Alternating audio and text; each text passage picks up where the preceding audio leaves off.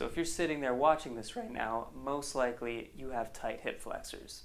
The reasons why our hip flexors can get tight is simply because we don't spend a lot of time with our leg behind the hip in extension. So what do our hip flexors do? It's a group of muscles on the front of our hip that flex the hip. They bring our knee to chest. So how do we stretch them? We do the opposite.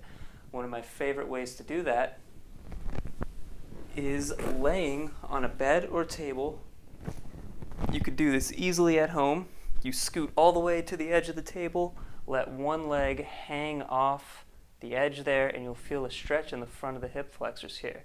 To intensify it a bit, you can bring this knee toward your chest.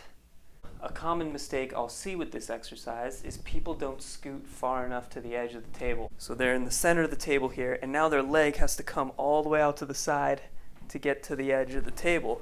So now we're mostly stretching our groin, not the hip flexor muscles. The second mistake we'll see is there's too much of an arch in the low back, and people are straining their low back to make up for lack of that hip extension, and that would look something like this.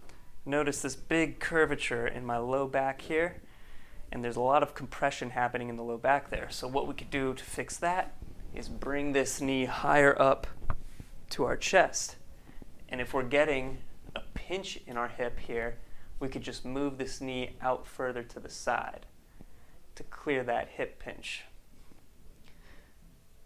So try this stretch out every day for 3 sets of 30 seconds to 1 minute, and then stand up afterwards and see how upright you'll feel. You should feel less compressed in the low back and a little less tension in the hips here.